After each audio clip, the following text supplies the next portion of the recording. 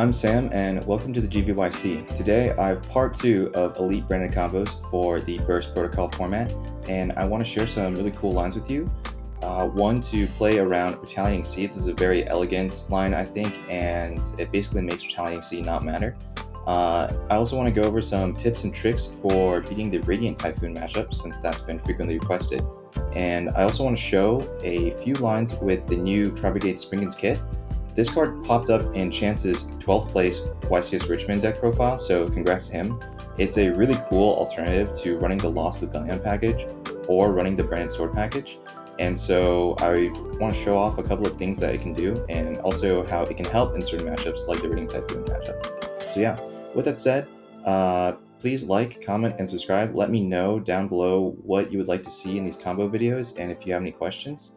And yeah, let's hop right into it. First thing I want to show you is a Retal C line. What happens when you get Retaliating Seed on Branded Fusion? Normally, we do want to go for the synchro play when we're going first, but sometimes Branded Fusion is your only play, and so Retaliating C can feel very tough in those circumstances. But it's actually a pretty weak card into this deck if you play correctly. And another part of this combo that's pretty cool is I want to show off how the Fallen Virtuous is a very flexible combo piece on your turn, alongside being in an interruption as well. So yeah, the first thing I'm going to do is activate Branded Fusion. That's going to trigger the Retaliating C, so all of our cards are banished now. We're going to dump Fallen of the White and Mercurier, and that's going to summon out Lubellion. So Lubellion's going to pitch Chainlink 1, and we're going to do Chainlink 2 Mercurier. Mercurier's Chainlink 2 because Lubellion can still be belled even if you have no cards in your graveyard, but if they had Ash, they would have used it on the Branded Fusion already, so we're just going to chain block with using the Mercurier. That's going to search another Fallen of the White, and then we're going to shuffle back our banished Fallen of the White along with side Lubellion, and that's going to get the Chaos Star Source Dragon. This card's going to pop through Retaliating C, and you know we have to pop this here because otherwise we can't activate Fallen of the White and Fallen of the Virtuous. So yeah, in this game state, there's actually two options that we can go for, and I'm going to show you the one that I think you shouldn't do first. So this is a weaker line. The weaker line is we're going to use Fallen White to dump Albion, summon it out, Albion effect to grab Ecclesia, and then we're going to set the Fallen of Virtuous, and then fuse off those two into an Abalonatus.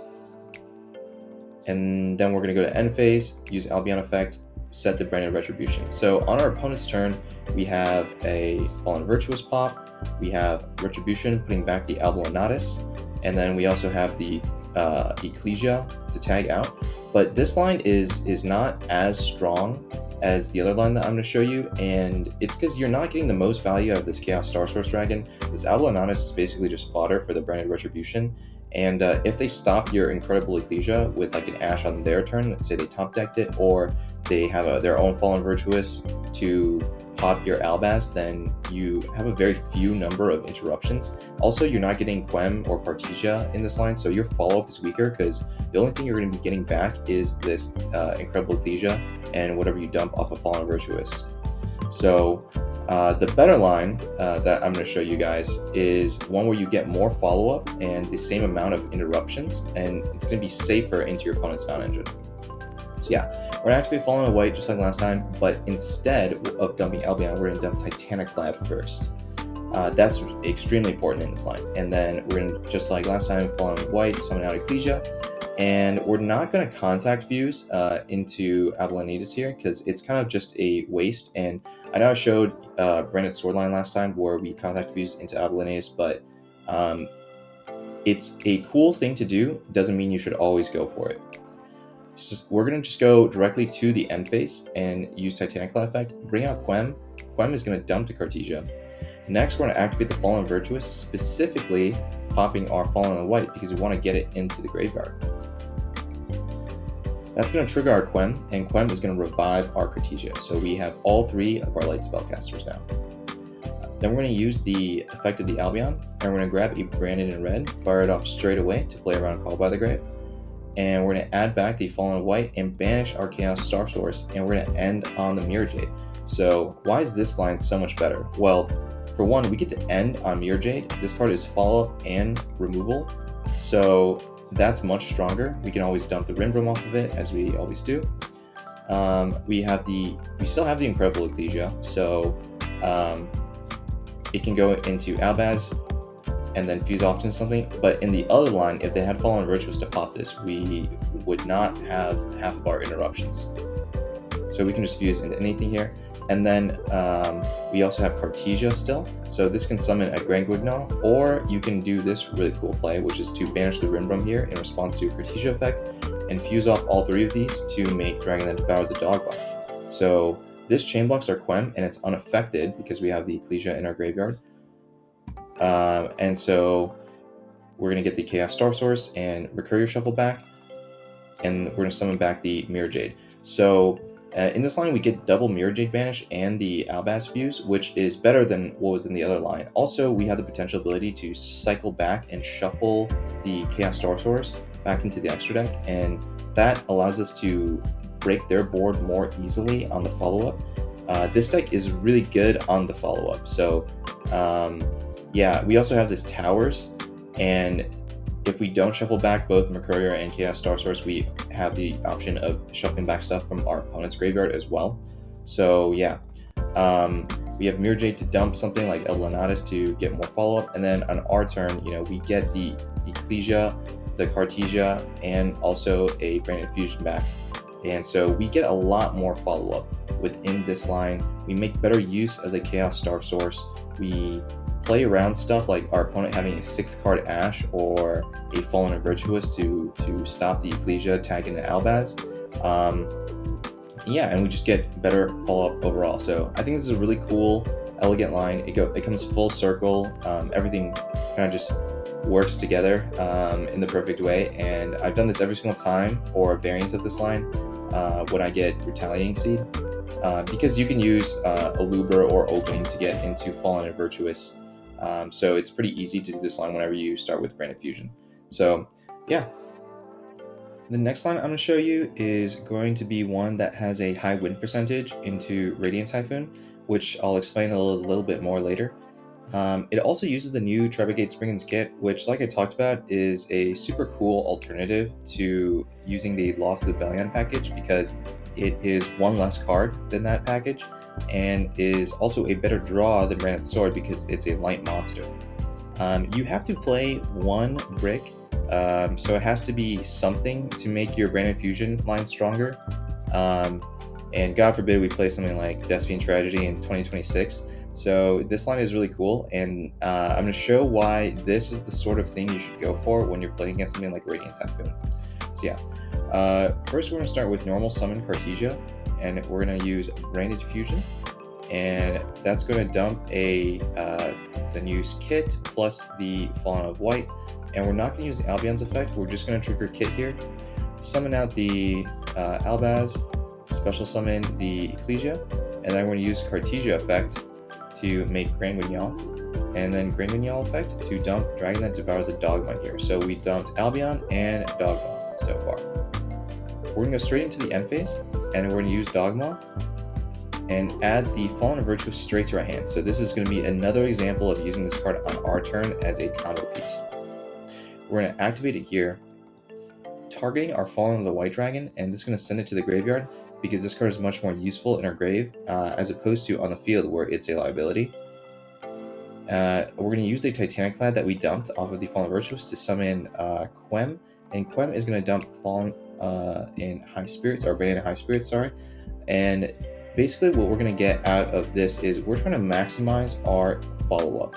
When we play against Radiant Typhoon, the most important thing is to get as much follow-up as possible, because you should generally expect that they should break your board. They play droplets and super poly, and so the general expectation is that they're probably going to break your board. So we need to generate as much follow-up as possible, and also make it as hard as possible for them to be able to OTK us. So yeah, next we're going to activate Albion. We're going to add the Branded Opening to our hand. Then we're going to add the High Spirits and add Cartesia back. Right afterwards, we're going to use the Opening, pitching the Cartesia to summon out the Aluber, and Aluber is going to add a Branded in red to our hand, which we're going to activate immediately to play around them doing a Call by the Grave 6 card. And we're going to make Lubellion. Lubellion's going to pitch the High Spirits, and Quem is going to bring back the Cartesia. And we're going to end on a Mirror Jade here. So one thing you may have noticed is that I didn't end on any back row in this. If you do have back row, like Called by the Grave or an imperm that you drew, you can set it. But I think it's actually really bad to telegraph your back row against Radiant Typhoon, because their engine can almost always out it. Any single one of their quick play spells turns into Mystical Space Typhoon. So if you do something like set Retribution, and they look at their hand and they go like, well, if they Retribution my Crocea, I don't have a play after that, so I'm just going to use MST, pop the Retribution. Any good Radiant Typhoon player is going to be pretty easily able to play around any back row that you set, which is known.